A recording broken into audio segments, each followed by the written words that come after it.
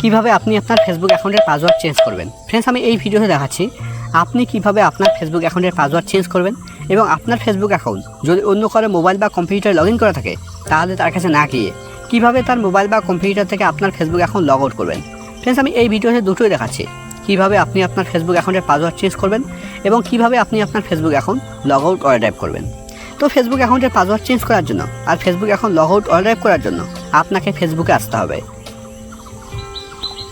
ফেসবুকে আসার পর এবার একদম উপরে ডান দিকে দেখুন এখানে কোনো থ্রি লাইন শো করছে না। এবার একদম উপরে বাদিকে দেখুন এখানে কিন্তু কোনো থ্রি লাইন শো করছে না। তো থ্রি লাইনের জন্য আপনাকে একদম উপরে ডান দিকে প্রোফাইল লোগোতে ক্লিক করতে হবে। প্রোফাইল লোগোতে ক্লিক করলেই এবার এখানে একদম উপরে বাদিকে দেখুন এখানে কিন্তু থ্রি লাইন শো করছে। এবার আপনাকে থ্রি লাইনে ক্লিক করতে হবে। থ্রি লাইনে ক্লিক করার পর এবার নিচের দিকে দেখুন একটা অপশন আছে সেটিং অ্যান্ড প্রাইভেসি। এবার আপনাকে সেটিং অ্যান্ড প্রাইভেসিতে ক্লিক করতে হবে। সেটিং অ্যান্ড প্রাইভেসিতে ক্লিক করার পর এবার একদম উপরের দিকে দেখুন একটা অপশন আছে সেটিং। এবার আপনাকে সেটিংয়ে ক্লিক করতে হবে।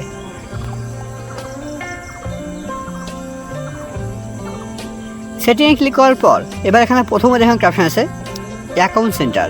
এবার আপনাকে অ্যাকাউন্ট সেন্টারের উপরে ক্লিক করতে হবে।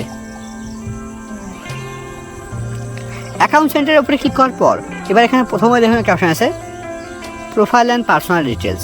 প্রোফাইল অ্যান্ড পার্সোনাল ডিটেলসের নিচে দেখুন একটা অপশন আছে পাসওয়ার্ড অ্যান্ড সিকিউরিটি। এবার আপনাকে পাসওয়ার্ড অ্যান্ড সিকিউরিটির উপরে ক্লিক করতে হবে। পাসওয়ার্ড অ্যান্ড সিকিউরিটির উপরে ক্লিক করার পর এবার চেঞ্জ পাসওয়ার্ডের উপরে ক্লিক করতে হবে। এবার নামের উপরে ক্লিক করতে হবে।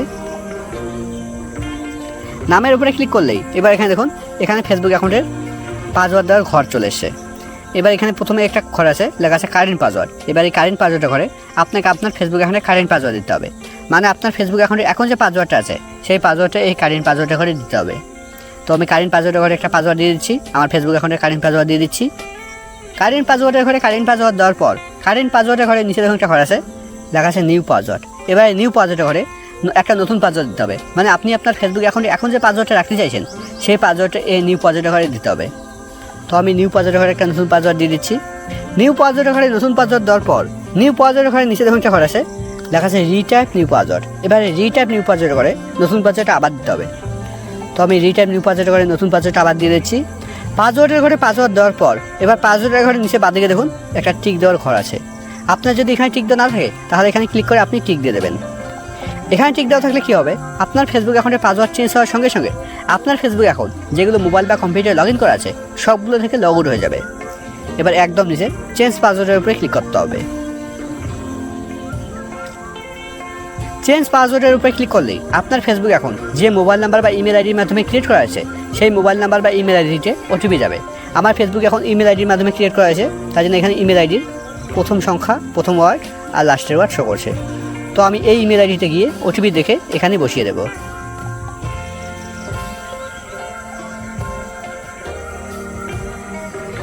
দেখুন আমার ওটিপি চলে এসছে 49।